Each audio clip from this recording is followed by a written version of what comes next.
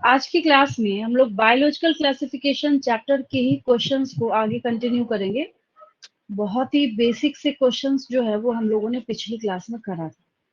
मतलब kingdom kingdom kingdom एक basic जो आपके पास टेबल 2.1 था वो मैंने आपको सिखाया था पिछली क्लास में। ठीक है, अब एक क्वेश्चन है आपके सामने जो कि पूरे लिविंग सिस्टम में हमेशा हर जगह पे अराइज होता है। आपके चैप्टर का नेम है बायोलॉजिकल क्लासिफिकेशन। बिल्कुल सही बात है। मतलब आप यहाँ पे क्लासिफिकेशन करने का काम कर रहे हैं, तो जब क्लासिफिकेशन कर रहे हैं तो उसका कोई क्राइटेरिया होगा, कुछ ना कुछ आपने देखा होगा जिस बेस पे आपने किसी चीज को, मतलब जितने भी लिविंग ऑर्गेनिजम्स है उनको आपने क्लासिफाई किया होगा। ठीक है, बहुत ही फटाफट, क्विक और बिल्कुल ही साधारण तरीके से मैं आपको समझाती चल रही हूँ। एक आपके पास यहाँ पे टर्म है,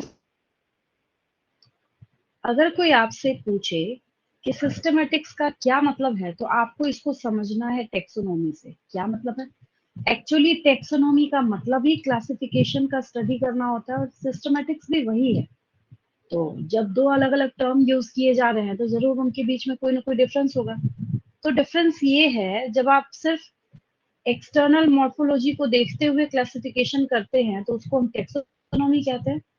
लेकिन अगर हम ये देखने का भी काम करें कि उनके एंसेस्टर्स के बीच में क्या रिलेशनशिप था, अगर हम क्लासिफिकेशन का काम करें तो उसको हम सिस्टमैटिक्स बोलते हैं। ठीक है, और फाइलोजेनी एक टर्म है जिसका मतलब ही है स्टडी ऑफ इवोल्यूशनरी रिलेशनशिप। ठीक है,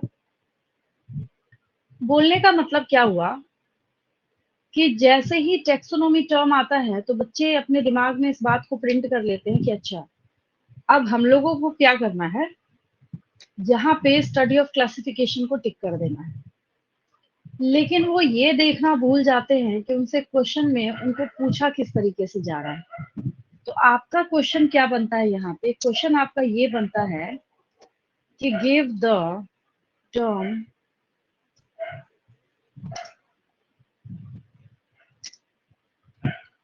for study of classification on the basis of evolutionary relationship, that is phylogeny between living organisms। Phylogeny यहाँ पे ना एक तरीके से हिंट टाइप का हो जाता है, तो मैं यहाँ से फाइलोजेनी को हटा देती हूँ, क्योंकि पूरा कंप्लीट अब ऐसा तो नहीं कि आपको वो सारी चीजें जो है वो हिंट ही कर दे। तो जिसकी वजह से हम लोग क्या करते हैं, फाइलोजेनी को यहाँ से रिमूव कर देते हैं। ये रहा।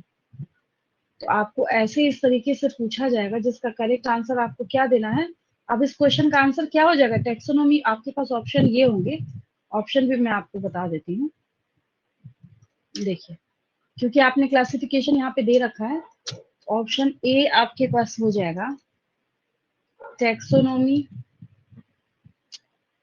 देन आपके पास हो जाएगा सिस्टमैटिक्स, देन फाइलोजेनी। सिस्टमैटिक्स और फाइलोजेनी काफी नियर आंसर है। ठीक है, और लास्ट में आपके पास पता ही है all of the.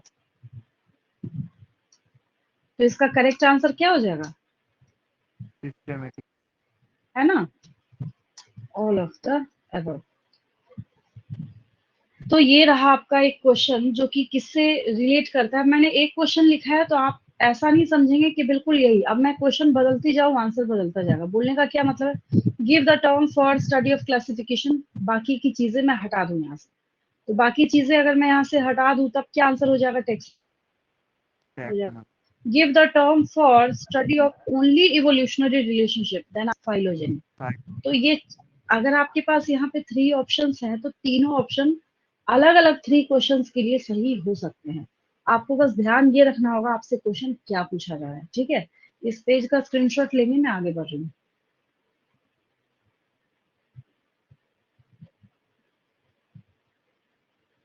Yes ma'am.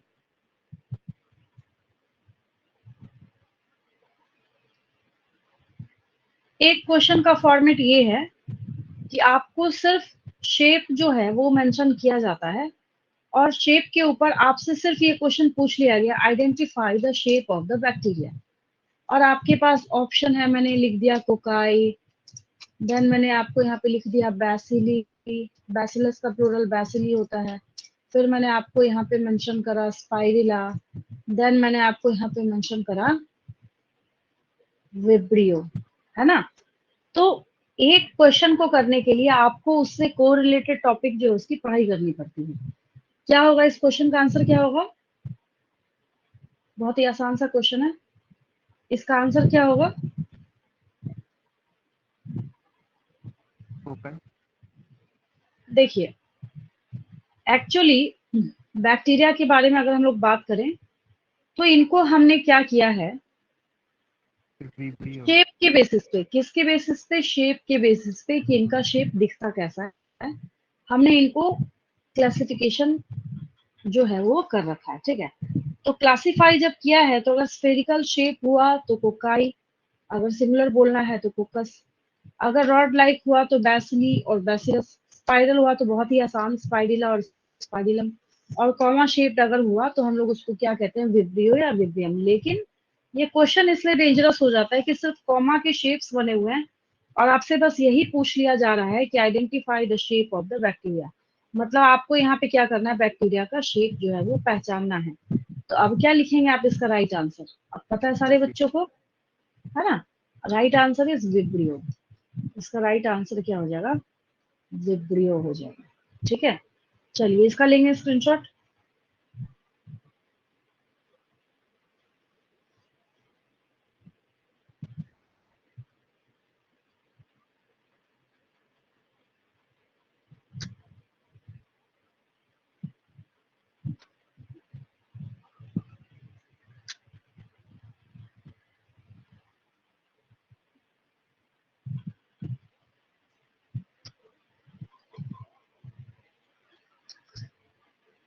अब एक बहुत ही बेसिक सी चीज, क्योंकि जो फर्स्ट किंगडम है मोनेरा, अब उसके अंदर एंटर कर गए हम लोग।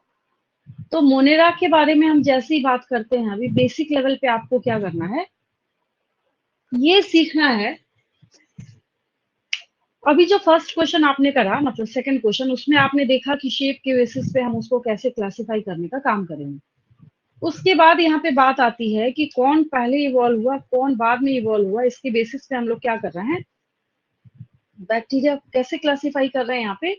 जो पहले इवॉल्व होके आए अर्थ पे वो है आर्की बैक्टीरिया। देन आपके पास कौन है, यू बैक्टीरिया। आज के डेट में यू बैक्टीरिया जो है ये मोस्ट अबंडेंट है। लेकिन अगर कोई आपसे पूछे ज्यादा टफ और एक्सट्रीम इन्वायरमेंट में कौन सर्वाइव कर सकता है, तब हम बोलेंगे आर्की बैक्टीरिया, ठीक है। तो मतलब ये आर्की बैक्टीरिया और यू बैक्टीरिया, ये दो आपके पास क्या है, बैक्टीरिया की कैटेगरी है, जिसमें से true you, E U you मतलब ट्रू होता है। एक साल तो यही पूछा हुआ क्वेश्चन है, which of the following is the true bacteria. फिर जब आर्की बैक्टीरिया के बारे में हम लोग पढ़ना स्टार्ट करते हैं, तो अभी अभी मैंने आपको बताया कि आर्की बैक्टीरिया जो है, इसको जाना जाता है एक्सट्रीम, एडवर्स, रेयरेस्ट कंडीशंस में सर्वाइव करने के लिए। तो जिसकी वजह से हमने उनके कंडीशन के हिसाब से कैसे किस तरीके से कहाँ सर्वाइव करेगा, हमने उनकी नेमिंग कर रखी है। तो आपके term is used for the bacteria which can easily survive in extreme salty fine. condition। तो हाँ, तो आपको यहाँ पे ना कंफ्यूज होने की जरूरत नहीं है। एक्चुअली जो सॉल्ट है ना, सॉल्ट के लिए टर्म ही आता है आपके पास हेलो। जैसे कैसे हेलोजेंस पढ़ते हैं केमिस्ट्री में, सॉल्ट पढ़ते हैं तो हेलोजेंस पढ़ते हैं। हेलो का मतलब ही क्या होता है, सॉल्टी कंडीशन। बोलने का ये मतलब हुआ। पहले इस पेज का स्क्रीनशॉट लेंगे, उसके बाद मैं आगे एक्सप्लेन कर रही हूँ आपको। अब इस क्वेश्चन के जितने भी ऑप्शंस हैं, तो हर एक क्या है, हर एक अपने आप में एक क्वेश्चन है। तो क्वेश्चन है, तो अगर आप देखेंगे कि जो बैक्टीरिया है वो अगर एक्सट्रीम सॉल्टी कंडीशन में है, सर्वाइव कर रहा है, देन हेलोफिल्स। अगर वो एसिडिक इन्वायरमेंट में इजिली सर्वाइव कर सकते हैं, then the term is used acidophiles. अगर वो हीट में, एक्सट्रीम हीट में खुद को सर्वाइव कर सकते हैं, देन थर्मोफिल्स। और सबसे इंटरेस्टिंग यहाँ पे क्या है, मिथेनोजेंस। मिथेनोजेंस जो है कैटल्स वगैरह के गट में, ये बैक्टीरिया जो है वो आपको देखने को मिलेगा, जिसकी वजह से जो काउ डंग है उसका इस्तेमाल किया जाता है बायोगैस के प्रोडक्शन में। उसमें मीथेन गैस बहुत ज्यादा होता है, ये आपने पढ़ा होगा बचपन से और पता ही है आपको। तो ये एक्सप्लेनेशन है किसके लिए, कि अगर आपको इसमें से कुछ भी पूछ लिया जाए तो आप उसका आंसर कर सकते हैं। जिन बच्चों ने इसके पहले कभी बायोलॉजिकल क्लासिफिकेशन की पढ़ाई नहीं करी है, सफिशिएंट टाइम जो है वो एक पेज पे मैं दे रही हूँ, फिर भी एक्सप्लेनेशन के लिए रेफरेंस के तौर पे इन पेजेस का स्क्रीनशॉट लेते हुए चल सकते हैं आप लोग, ठीक है। मतलब क्या हुआ कि ये पूरा जो आर्की बैक्टीरिया है वो यहाँ पे फिनिश हो गया विद इन 1 मिनट, ठीक है। चलिए अब आगे बढ़ते हैं। फिर जो एक्सप्लेनेशन जब आगे बढ़ता है, क्वेश्चन तो खैर आपने ले ही रखा था स्क्रीनशॉट। फिर जब हम आगे बढ़ेंगे ना, तो फिर यू बैक्टीरिया की बारी आती है। यू बैक्टीरिया की जब बारी आती है तो आपकी एनसीईआरटी बुक में ये डायग्राम जो है ये मेंशन करा गया है। डायग्राम में आपको चमकता हुआ यहाँ पे एक क्वेश्चन दिख रहा है, हेट्रोसिस्ट। सबसे पहले अगर हम लोग बात करें कि यू बैक्टीरिया क्या है, तो यू बैक्टीरिया यू मतलब ट्रू होता है, बायो में कई जगह पे आपको सुनने को मिलेगा। तो यू मतलब क्या होता है, ट्रू होता है, तो ये ट्रू बैक्टीरिया है। और इसके अंदर साइनो बैक्टीरिया भी है। एक फॉल्स नेम यहाँ पे आता है blue green algae, but it's not algae. Algae नहीं है ये। कंफ्यूजन क्यों हुआ और यहाँ पे एल्गी नाम क्यों दिया गया? इसलिए दिया गया क्योंकि इसके पास क्लोरोफिल ए नाम का एक ऐसा पिगमेंट है जो कि फोटोसिंथेसिस करने में हेल्प करता है, जिसकी वजह से, कंफ्यूजन की वजह से इसको क्या किया गया, एल्गी टर्म दे दिया गया, बट इसका एल्गी से कोई कनेक्शन नहीं है, ठीक है। और अगर हैबिटेट की हम बात करें तो फ्रेश वाटर में भी पाया जाएगा, मरीन में भी, टेरेस्ट्रियल में भी। आप जानते हैं कि बैक्टीरिया जो है ये सर्वे सर्वाए हर जगह पे पाया जाता है। अभी मैंने आपको बोला कि यहाँ पे आपको ये क्वेश्चन जो है ये शाइन करता हुआ दिख रहा होगा। रीजन क्या है कि आपको यहाँ जो ये इमेज दिख रहा है, एक्चुअली इट्स हेट्रोसिस्ट। हेट्रोसिस्ट का काम क्या है? एक ऐसा स्पेसिफिक सेल है जो नाइट्रोजन फिक्सेशन में हेल्प करता है, ठीक है। और आपके पास एग्जाम्पल है नॉस्ट्रोक एंड अनाबिना। क्वेश्चन कैसे बनेगा? क्वेश्चन यहाँ पे ऐसे बनेगा आपके पास कि which of the following is responsible for nitrogen fixation, ठीक है। अब आपको वहां पे हेट्रोसिस्ट लिख दिया जाएगा, ठीक है। उसका जिलेटिनस शीथ लिख दिया जाएगा। 4-5 ऑप्शन होंगे, उसमें से सिर्फ आपको क्या टिक करना है? हेट्रोसिस्ट। विदाउट ऑप्शन मैं बहुत सारे क्वेश्चंस जो है आपको फटाफट इनसे करवा दूंगी। वैसे भी आपको क्वेश्चन का आंसर आता रहेगा तो ऑप्शन तो वैसे भी आपको नहीं नजर आएगा वहां पे, ठीक है। और नॉस्टॉक अनाबिना जो है यहाँ पे एग्जांपल्स हैं जो कि नाइट्रोजन फिक्सेशन करने का काम करते हैं। तो ये तो बहुत ही ज्यादा इंपॉर्टेंट है, ठीक है। इसके नेम के ऊपर क्वेश्चंस भी पूछे गए हैं। और अगर बहुत ज्यादा ये एक जगह एग्रीगेट हो जाए तो ये क्या कर सकते हैं, ब्लूम्स भी कॉज कर सकते हैं, है ना। और यहाँ पे ये जो आपको दिख रहा है ये नॉस्टॉक है, एक्चुअली नॉस्टॉक का डायग्राम है। तो इनके बाहर जो आपको ये ब्लू कलर का दिख रहा है ना, एक स्टिकी सा जिलेटिनस शीट है इसके चारों तरफ। म्यूसिलेजिनस शीट को ही जिलेटिनस शीट भी कहते हैं। तो म्यूसिलेजिनस शीट या जिलेटिनस शीट जो है इसके चारों तरफ पाया जाता है और इसके चारों तरफ आपको देखने को मिलता है, ठीक है। तो इसके आधार पे जब हम लोग यहाँ पे बात करते हैं, अब क्वेश्चन तो मैं लिख रही हूँ लेकिन आंसर जो है अभी फिलहाल इसमें देना आपका काम है, ठीक है। क्योंकि अभी अभी अभी तुरंत मैंने आपको सिखाया है, तो मैं ये भी नहीं बोलूंगी कि आपको सोचना या दिमाग लगाना है। गिव द टर्म और स्पेसिफिक नाइट्रोजन फिक्सिंग सेल्स। क्या होगा आंसर? हेट्रोसिस्ट। ठीक है, heterocyst.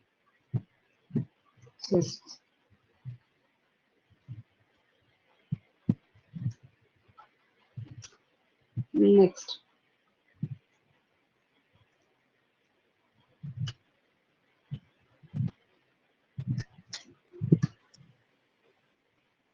Identify nitrogen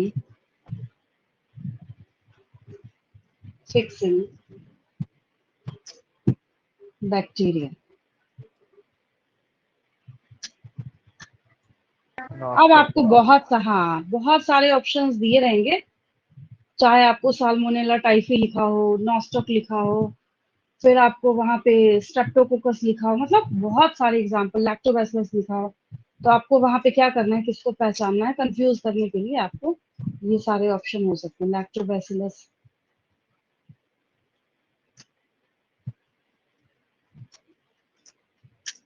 salmonella typhi.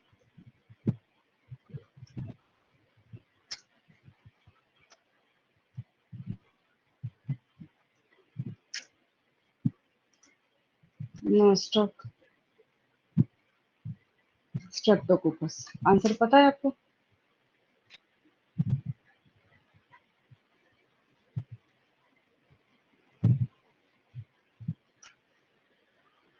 Right answer is D option है राइट। हाँ sorry, right answer is C option. आपके पास नो स्टॉक जो है यहाँ पे, ये क्या है आंसर है सी।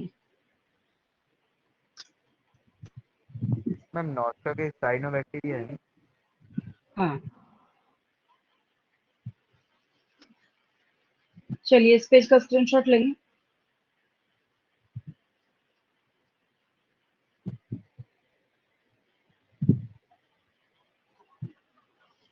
हो गया?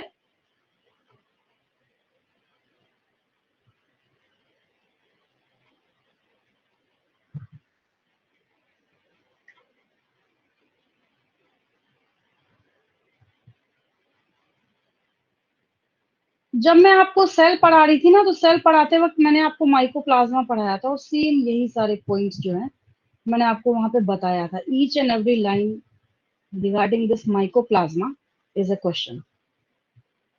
क्वेश्चन पूछा हुआ है, मैं ये भी नहीं बोल रही हूँ पूछा जाएगा आपसे। जो पूछा हुआ है वो तो वेरी वेरी वेरी इंपॉर्टेंट हो जाता है। माइकोप्लाज्मा के बारे में सेल चैप्टर में भी लिखा हुआ, स्मॉलेस्ट लिविंग सेल, ये वहां भी मेंशन करा गया है। पता ही आपको इसकी खासियत क्या है कि हम जो बार बार तब से बोल रहे थे कि जो बैक्टीरिया के अंदर सर्वाइव करेंगे उनके पास एक अच्छा खासा टफ रिजिड वॉल होता है जो कि उनको एडवर्स कंडीशन में सर्वाइव कराता है। बट ये क्या है, इसके पास सेल वॉल नहीं है, सेल वॉल एब्सेंट है इसके पास। और ये बिना ऑक्सीजन के बहुत ही इजीली सर्वाइव कर सकते हैं। और इसका जेनेटिक मटेरियल क्या है, डीएनए है। ठीक है, तो हर एक क्या है यहाँ पे क्वेश्चन है। मैंने आपको करवा रखा है सेल चैप्टर में, name the smallest live cell, याद आया? तो आपने वहां पे माइकोप्लाज्मा जो है वो टिक करा था। रेफरेंस के तौर पे इसका स्क्रीनशॉट ले लेंगे। Each and every line is a question, हमेशा मेरी बात ये याद पूछा जा सकता है। Mention the genetic material in mycoplasma. था ना टेलीविजन पे इतना एडवर्टीजमेंट आते आते आते कि जो कोरोना वायरस है उसके पास जेनेटिक मटेरियल क्या है, आरएनए है। तो ठीक उसी तरीके से ये भी आपके पास याद होना जरूरी है कि जो माइकोप्लाज्मा है उसके पास जेनेटिक मटेरियल कौन है, डीएनए। ठीक है, चलिए इसका स्क्रीनशॉट लेंगे, आगे बढ़ लेंगे। Yes ma'am.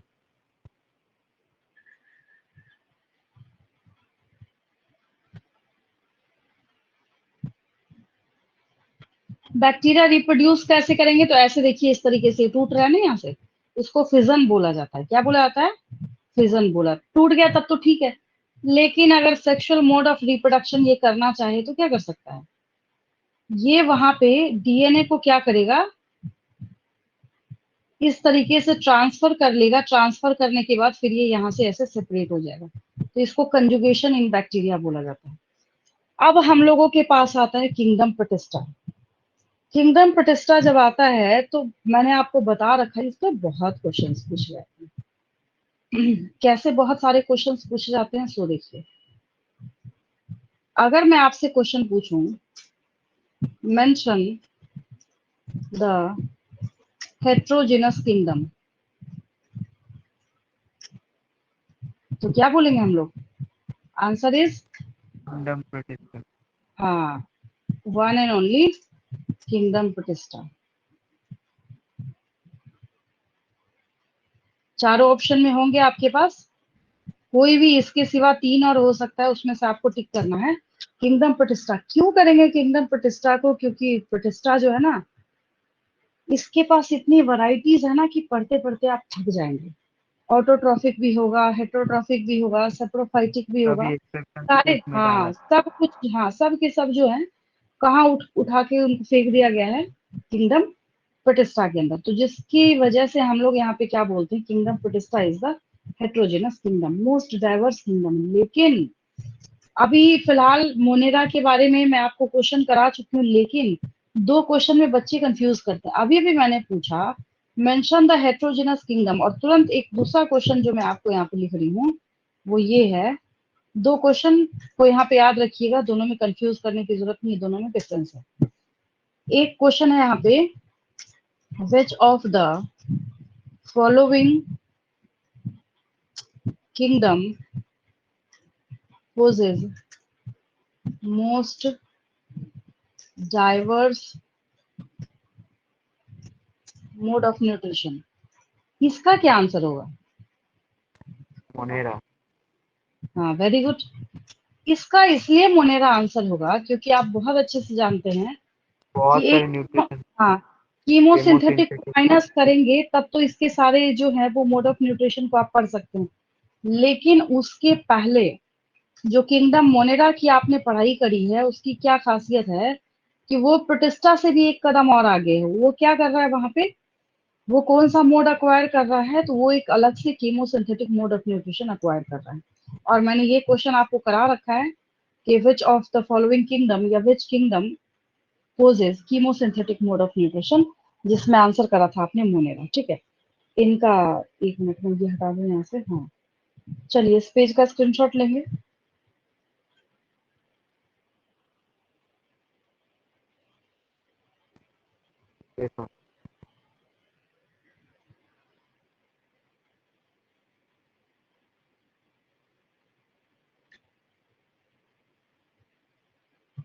अब देखिए एक कंफ्यूजिंग पार्ट है यहाँ आपके पास। क्वेश्चन यही है, as it is plasmid is the name. आपको सुना हुआ लग रहा होगा, लेकिन यहाँ पे ऑप्शन जो है ये दिए ही जा रहे हैं आपको कंफ्यूज करने के लिए। क्या होगा इस क्वेश्चन का राइट आंसर?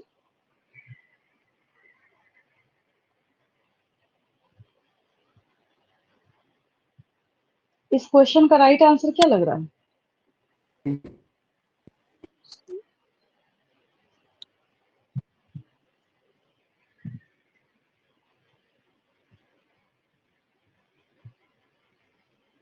क्वेश्चन का राइट आंसर क्या है?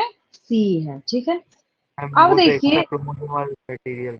हाँ हाँ, क्योंकि बैक्टीरिया के पास टू टाइप के डीएनए हैं। एक है इसका यहाँ पे जीनोमिक डीएनए कहते हैं इसको, ये जो आपको दिख रहा है ना जीनोमिक डीएनए, ठीक है।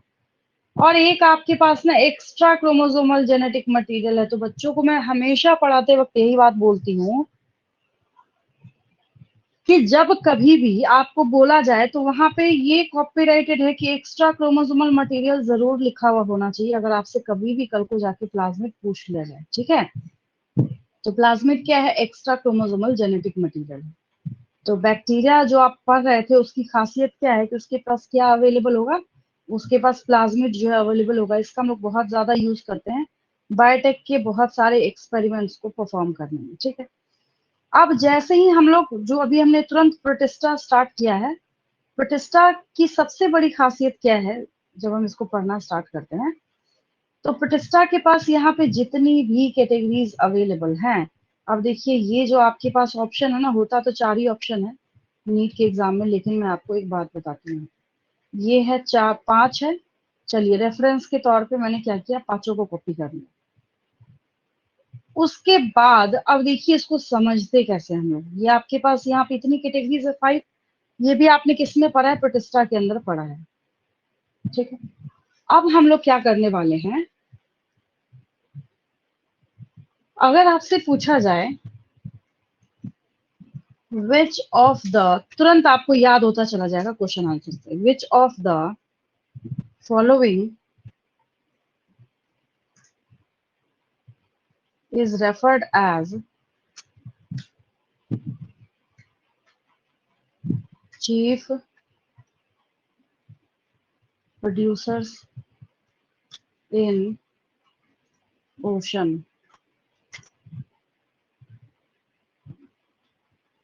अब हमेशा के लिए याद क्राइजोफाइट। रख, हाँ क्राइजोफाइट। हमेशा के, हाँ एक चीज आप याद रखेंगे कि हम लोग किसको बोलते हैं चीफ प्रोड्यूसर्स इन ओशन? हम लोग क्राइजोफाइट्स को बोलते हैं। किसको बोलते हैं? क्राइजोफाइट्स को बोलते हैं। ठीक है,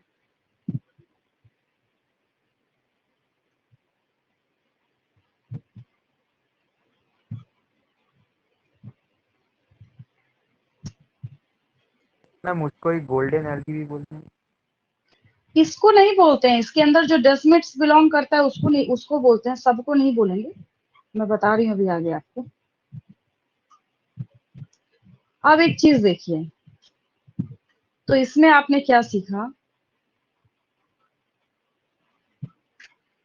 द आंसर इज, अच्छा इस बड़ा आ गया है।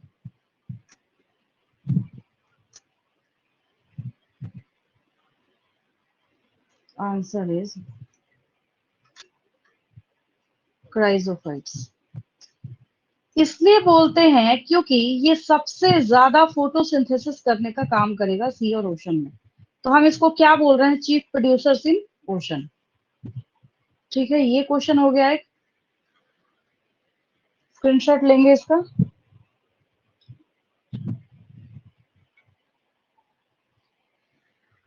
हो गया।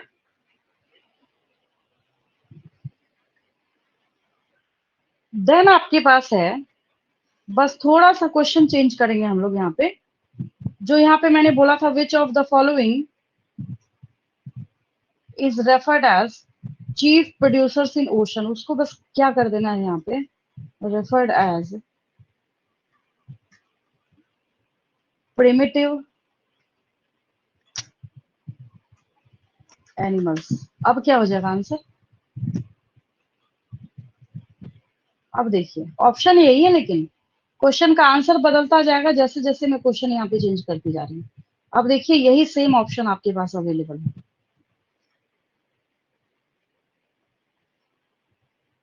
डायनोफ्लैजिलेट तो देखिए जब ऐसा क्वेश्चन कभी पूछा जाए ना, तो इसमें एक एक्सप्लेनेशन सेम क्वेश्चन को दूसरी भाषा में भी मैं पूछूंगी, आपको तुरंत समझ आएगा। ठीक है, अगर कभी भी ऐसा क्वेश्चन पूछा जाए तो हमेशा याद रखेंगे प्रोटिस्टा एक प्रोटोजोआ। ऐसी कैटेगरी को बिलोंग करता है जो कि एक्सक्लूसिवली हेटेरोट्रॉफिक है विदाउट एनी एक्सेप्शन। इसमें पे कहीं कोई एक्सेप्शन अवेलेबल है ही नहीं, जिसकी वजह से हम लोग क्या कहते हैं कि ये सब के सब क्या है, प्रिमिटिव एनिमल्स हैं। ठीक है, तो इसका आंसर क्या हो जाएगा? प्रोटोजोआंस।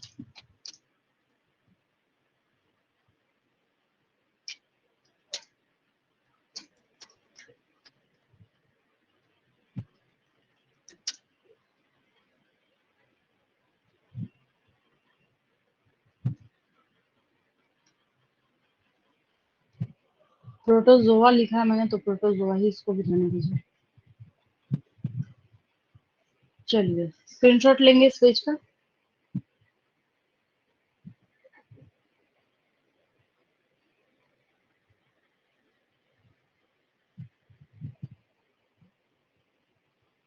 हो गया। Yes ma'am. आगे देखिए, then which of the following is referred is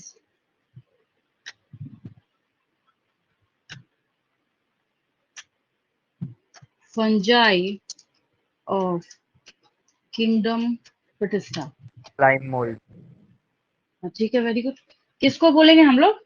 slime मॉल्ड्स को बोलेंगे। क्यों बोलेंगे स्लाइम मॉल्ड्स को? सब के सब एक लाइन से सेप्रोफाइट्स हैं। कैसे हैं? सेप्रोफाइट्स हैं। जिन बच्चों ने नहीं पढ़ा, ध्यान से जब देखेंगे स्लाइम मॉल्ड्स की पढ़ाई करेंगे तो आपको दिखिएगा सब के सब क्या है, सेप्रोफाइटिक मोड ऑफ न्यूट्रिशन को शो करते हैं, जिसकी वजह से हम लोग क्या कहते हैं कि इसको हम बोलेंगे फंजाई ऑफ किंगडम प्रोटिस्टा। ठीक है, आंसर हो गया आपका स्लाइम मोड्स।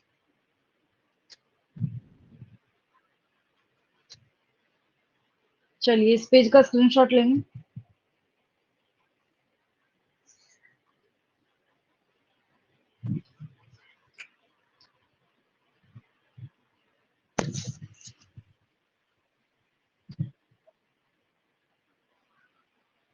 ये तो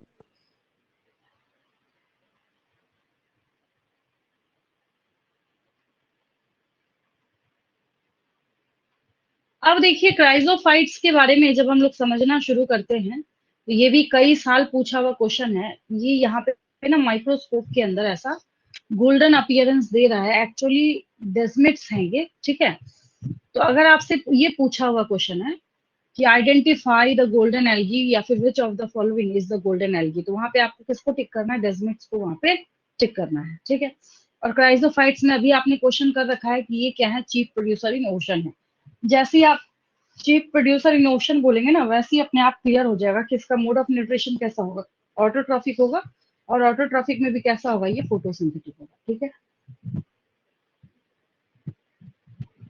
देन अगर हम लोग बात करते हैं जिस पार्ट से ज्यादा क्वेश्चंस आते हैं, देखिए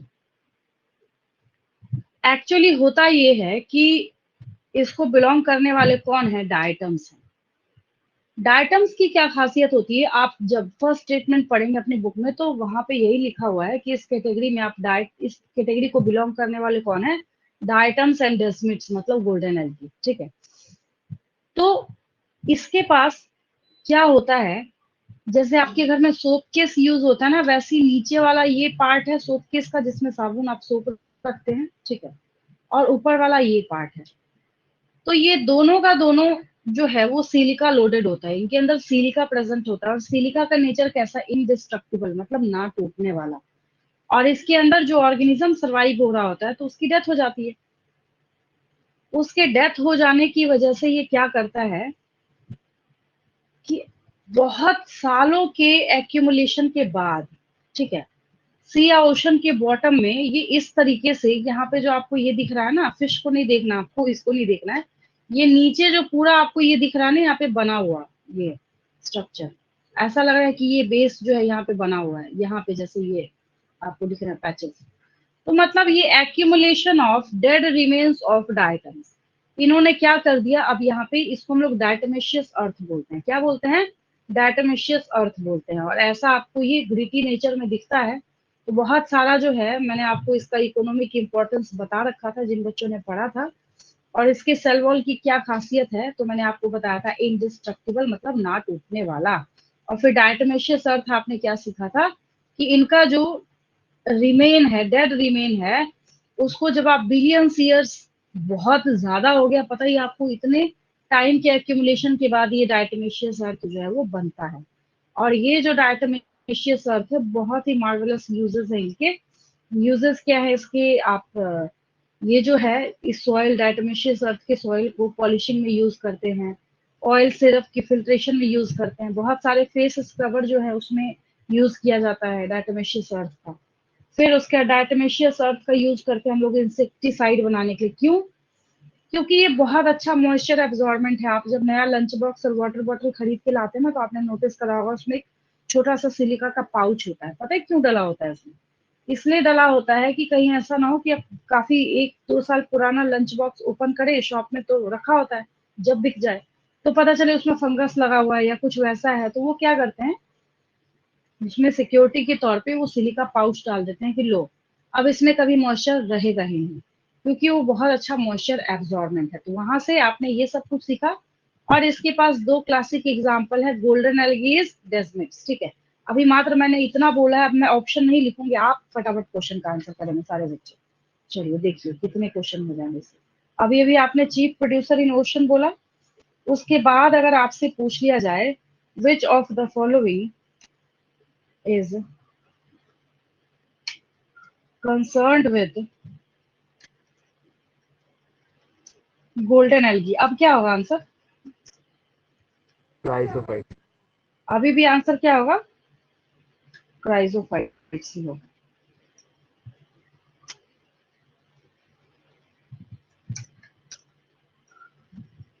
चलिए इसका स्क्रीनशॉट लेंगे।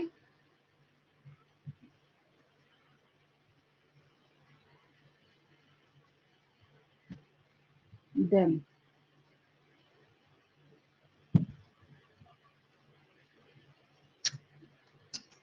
नेम द गोल्डन एल्गी, चलिए आंसर बोलिए। Answer is desmid. डेजमिड।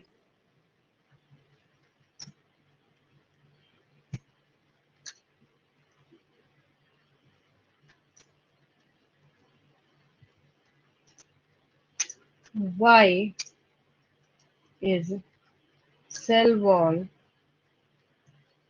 of diatom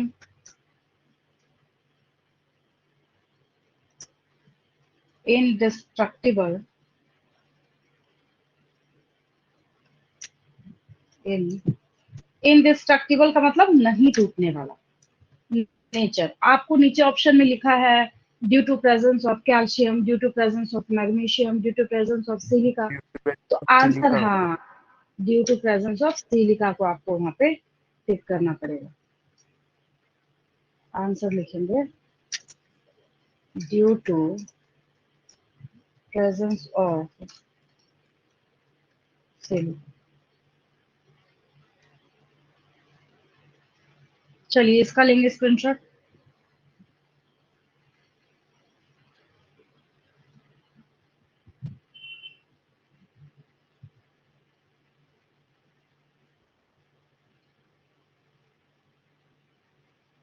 next question, which category of protista is concerned with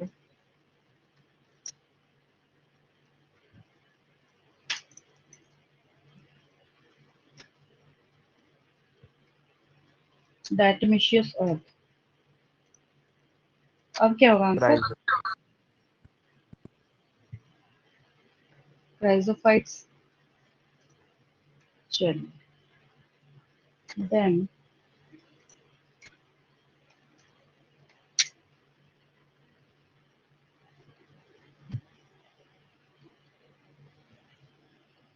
mention the kingdom of desmids। अब क्या होगा?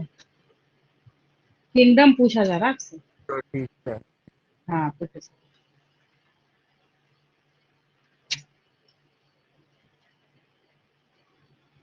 चलिए हो गया, ये स्क्रीनशॉट लेंगे इसका।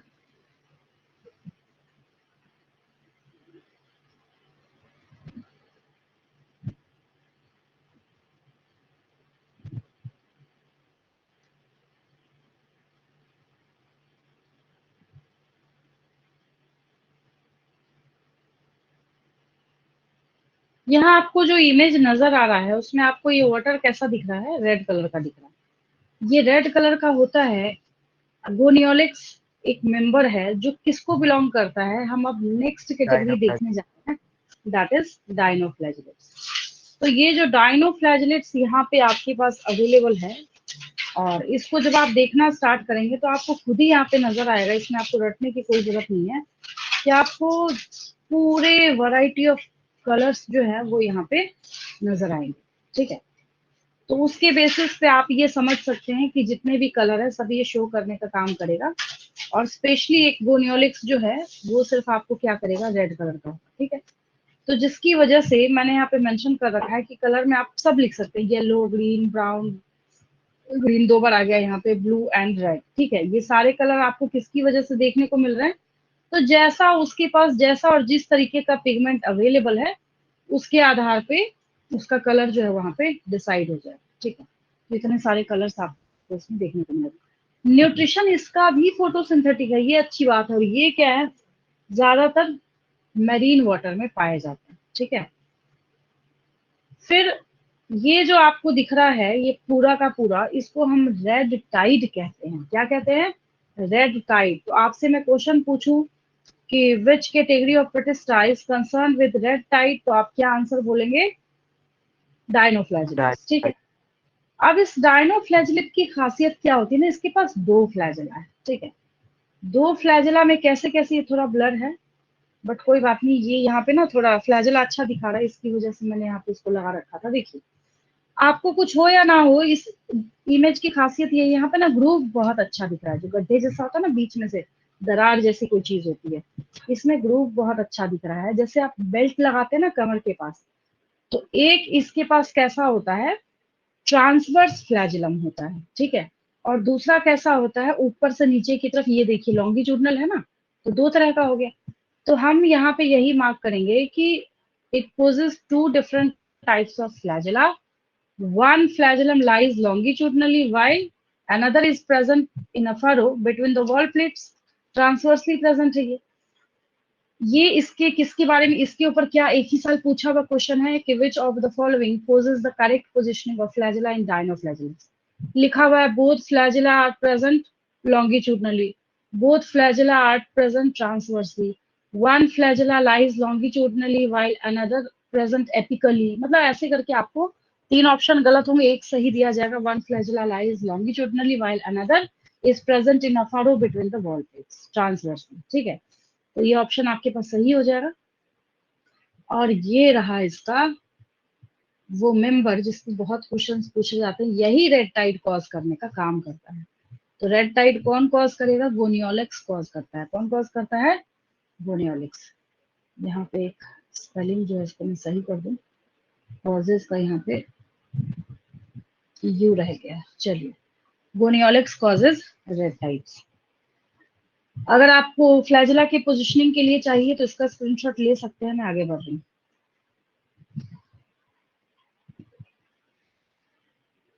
तो रेड टाइड से आपने देखा, हाँ, कौन कौन से क्वेश्चन सीखे वो मैं बताती हूँ।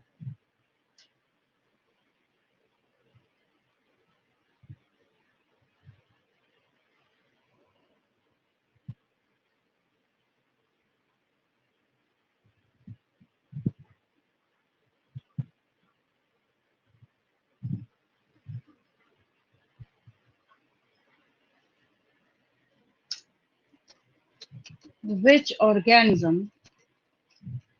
causes red types? आपको 4 ऑप्शन दिया रहेगा, but you have to mark. हाँ, Gonyaulax, then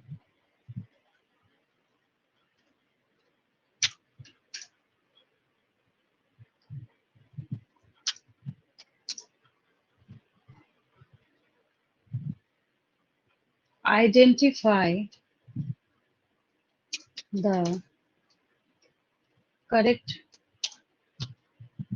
positioning of flagella in dinoflagellates। पता ही आपको, चलिए बोलिए क्या होगा answer. One longitudinally and one flagellum हो जाएगा, अब एक लिख रहे हैं तो one flagellum present longitudinally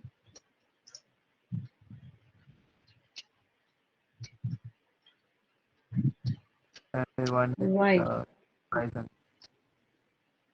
while another flagellum present transversely। चलिए हो गया, इसका लेंगे स्क्रीनशॉट। चलिए,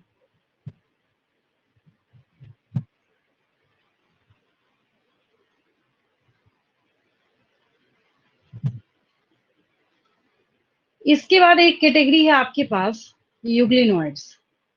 यूग्लिना की खासियत ये है कि जब आप इसको माइक्रोस्कोप में देखेंगे तब भी आपको ये चीज क्रिस्टल क्लियर दिखता है कि ये क्या कर रहा है, फोटोसिंथेटिक पिगमेंट कैरी करने का काम कर रहा है। ठीक है, लेकिन इसमें स्पेशलिटी ये है कि जब आप इसके मोड ऑफ न्यूट्रिशन को देखना स्टार्ट करेंगे तो अगर आप इसको, हेटरोट्रॉफिक दोनों ही है। हाँ, दोनों होगा। सनलाइट देंगे तो ऑटोट्रॉफिक होगा, सनलाइट नहीं देंगे तो हेटरोट्रॉफिक मोड ऑफ न्यूट्रिशन जो है वो अक्वायर कर लेगा।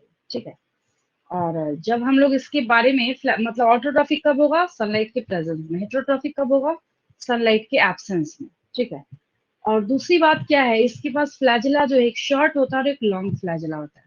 जब कभी भी देखा जाता है तो कई लोगों को ये कंफ्यूजन होती है कि एक ही फ्लैजिला होता ही है इसके पास, जबकि इसके पास एक शॉर्ट फ्लैजिला है, एक क्या है?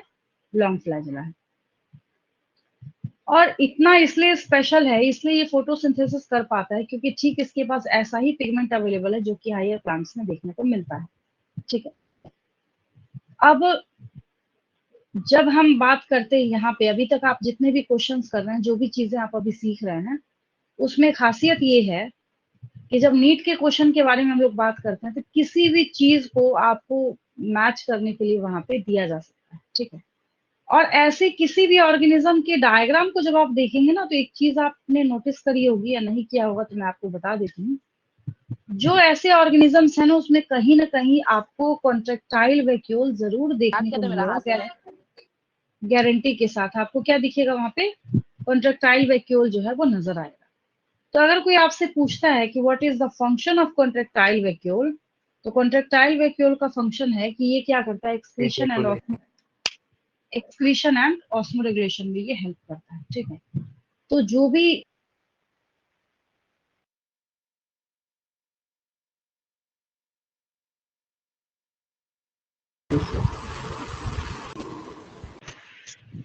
ये आपको यहाँ पे एक फॉर्मेट दिख रहा है क्वेश्चन का, जो मैंने यहाँ पे 8 क्वेश्चन मार्क कर रखा है। ठीक है, ऐसे क्वेश्चंस इस साल बहुत सारे पूछे गए नीट के एग्जाम में, बहुत सारे। आपको करना क्या है, इसको मार्क करके फिर नीचे आपके 5 ऑप्शंस दिए होंगे। क्लोरोप्लास्ट बच्चा बच्चा जानता है, जो इसके पास अवेलेबल है और ट्रैपिंग ऑफ सोलर एनर्जी करेगा। फ्लैजेला क्या करेगा, लोकोमोशन मूवमेंट में हेल्प करेगा। फोटो रिसेप्टर क्या करेगा, फोटोटैक्सिस मतलब फोटो रिसेप्टर का मतलब है मात्र फोटो लाइट को जिधर होगा ना उधर की तरफ खिसक जाएगा बस। ठीक है, और कॉन्ट्रेक्टाइल वैक्यूल क्या करेगा, ऑस्मो रेगुलेशन एंड एक्सक्रीशन में हेल्प करेगा। तो इस क्वेश्चन की खासियत क्या है, आपको जो यहाँ पे दिख रहा है, जो 8 नंबर का लिखा हुआ दिख रहा है, ऐसे बहुत सारे, क्योंकि इसमें ना 4 क्वेश्चन हिडन है, तो ऐसे पूछने का फायदा क्या होता है, बच्चे का हर कुछ चेक हो जाता है कि वो कितनी चीजें जानता है, क्या लिख सकता है, क्या समझ सकता है, सब कुछ वहां पे मेंशन हो जाता है। ठीक है, तो रेफरेंस के तौर पे एक इस पेज का भी स्क्रीनशॉट ले लेंगे, सिर्फ इस क्वेश्चन को आप लिख लेंगे, कॉपी कर देंगे कॉपी में।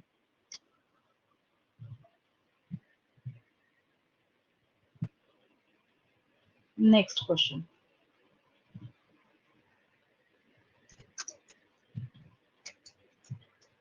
which category of protista poses both autotrophic and heterotrophic, समझ गए आप, मोड ऑफ न्यूट्रिशन। हाँ,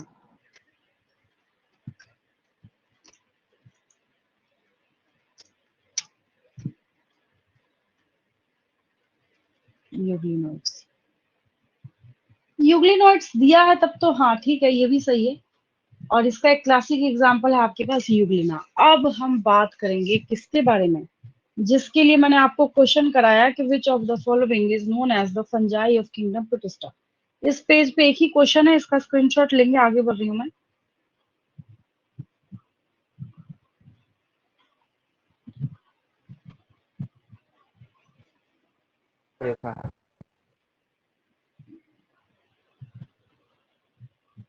जहाँ पे अच्छा खासा मॉइस्ट कंडीशन होता है वहां पे ऐसे ना पैचेस देखे होंगे आपने। तो क्या दिख रहा है आपको, कुछ यहाँ पे बहुत ही छोटे छोटे स्ट्रक्चर जो है आपको नजर आ रहे हैं, ये क्या है, स्लाइम मॉल्ट्स हैं। क्या है ये, स्लाइम मॉल्ट्स हैं। तो स्लाइम मॉल्ट्स में खासियत क्या है कि इसको भी फंजाई की तरह ग्रो करने के लिए क्या चाहिए, ऑप्टिमम मॉइस्चर भी चाहिए और ऑप्टिमम टेम्परेचर भी चाहिए। अगर दोनों में से कुछ भी मिसिंग करेंगे तो ये नहीं पाया जाएगा, नहीं अवेलेबल होगा यहाँ पे। तो उसके पास मोड ऑफ न्यूट्रिशन क्या है, तो मोड ऑफ न्यूट्रिशन इसके पास सेप्रोफाइटिक के सेप्रोफिटिक है। अब दो ही चीज आपको इसमें याद रखनी है जिससे क्वेश्चन पूछा जाता है। अगर ये जो आपको दिख रहा है तो ये कैसे इतना ग्रो कर रहा है, क्योंकि आप इसको सुटेबल कंडीशन दे रहे हैं। तो अगर सुटेबल कंडीशन आप इसको देंगे तो इसका जो ये एग्रीगेट बनता है उसको हम प्लाज्मोडियम कहते हैं, तो ये क्या कहलाएगा, प्लाज्मोडियम। ठीक है, लेकिन अगर आप इसको सुटेबल कंडीशन नहीं देंगे तब ये क्या करता है, ये फ्रूटिंग बॉडी बनाता है। क्या बनाता है ये देखिए यहाँ पे इसने ये फ्रूटिंग बॉडीज जो है इस तरीके से ऐसे बना रखा है, इस तरीके से कैप्सूल की फॉर्म में हो जाए। तो यहाँ पे मैंने क्या सिखाया आपको, अगर आप इसको फेवरेबल कंडीशन देंगे देन याद रखना है प्लाज्मोडियम। मतलब फेवरेबल कंडीशन में ये जो झुंड आपको दिख रहा है, एग्रीगेट्स दिख रहा है स्लाइम मोल्ड्स का, इसके लिए हम टर्म देंगे प्लाज्मोडियम। ये मलेरियल पैरासाइट प्लाज्मोडियम नहीं है, ये दूसरा प्लाज्मोडियम है। ये वो प्लाज्मोडियम है जो हम लोग किसके लिए इस्तेमाल कर रहे हैं, स्लाइम मोल्ड्स के लिए यूज कर रहे हैं। ठीक है, और फिर जब हम यहाँ पे बात करते हैं किसके बारे में, फ्रूटिंग बॉडी के बारे में, तो बाहर की तरफ ये बन रहा है इस तरीके से, तो एक्सोजेनसली फॉर्म हो रहा है। और एक्सोजेनसली फॉर्म होने के साथ साथ ये क्या करता है, कई सालों तक, मैं बोल रही हूँ कई ईयर्स तक भी ये अपने आप को क्या कर सकता है, जिंदा रख सकता है एडवर्स कंडीशन में। क्यों रख सकता है, क्योंकि इसके पास ट्रू वॉल प्रेजेंट होगा, ट्रू वॉल अवेलेबल होगा। तो इससे जो सबसे ज्यादा बार पूछा गया क्वेश्चन है वो एक ही क्लासिक क्वेश्चन है आपके पास। क्या पूछा जाता है कि give the term for aggregates of, मैं लिख देती हूँ,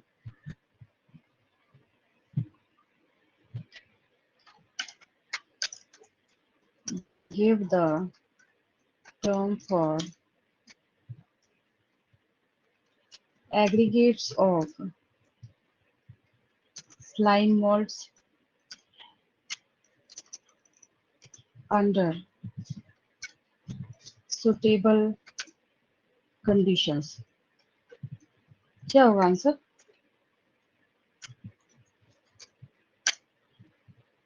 Plasmodium. Plasmodium is the right answer. इसका आंसर क्या हो जाएगा? प्लाज्मोडियम। और एक क्वेश्चन जो था कि किंगडम प्रोटिस्टा के अंदर या किंगडम प्रोटिस्टा का फंजाई किसको बोलते हैं, तो स्लाइम मोल्ड्स। ये क्वेश्चन तो आपने कर ही रखा है। चलिए इस पेज का स्क्रीनशॉट लेंगे।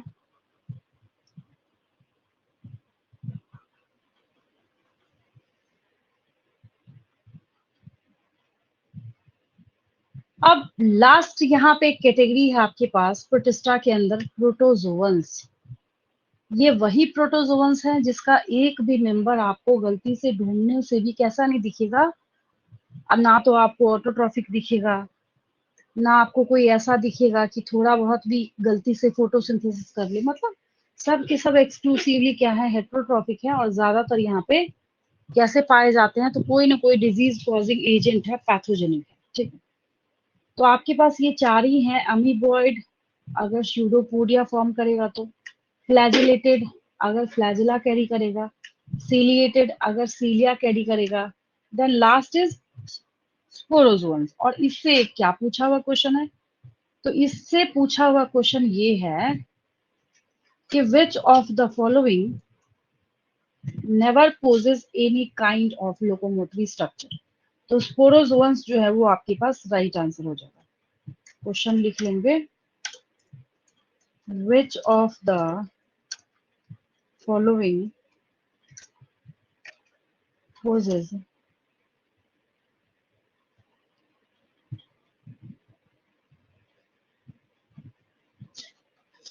never poses any type of locomotory structure।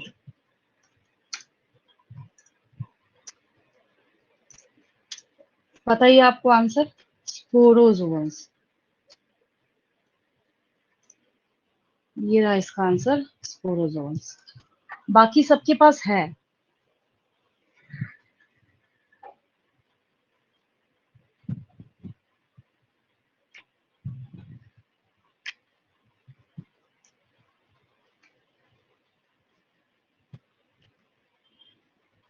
Next,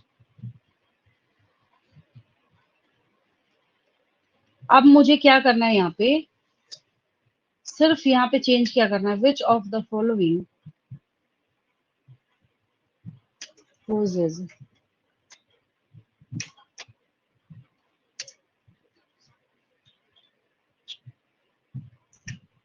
any की जगह पे मैंने कर दिया सीलिया एज लोकोमोटरी स्ट्रक्चर। और इस क्वेश्चन में क्या खासियत है, एक चीज समझेंगे ध्यान से। आपके ऑप्शंस में ना ये नहीं लिखा होगा वहां पे कि अमीबॉइड है, सिलिएटेड, ये तो देख के बच्चा पकड़ ही लेगा। वो आपको क्या करेगा, जानबूझ के वहां पे कंफ्यूज करने के लिए ऐसे आपको ऑप्शन दिया जाएगा वहां पे, अमीबा, पैरामीशियम, देन ट्रिपनोसोमा,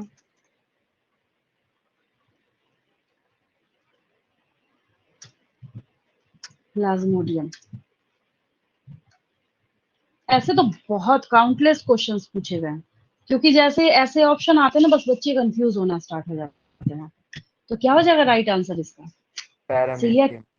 हाँ, पैरामीशियम के पास क्या है, सीलिया आपको देखने को मिलेगा।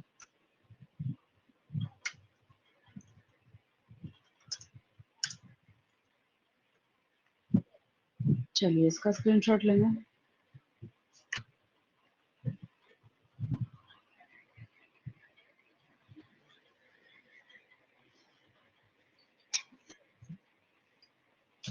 आज के सारे क्वेश्चंस क्लियर हैं बिल्कुल? कोई डाउट नहीं किसी को? No ma'am.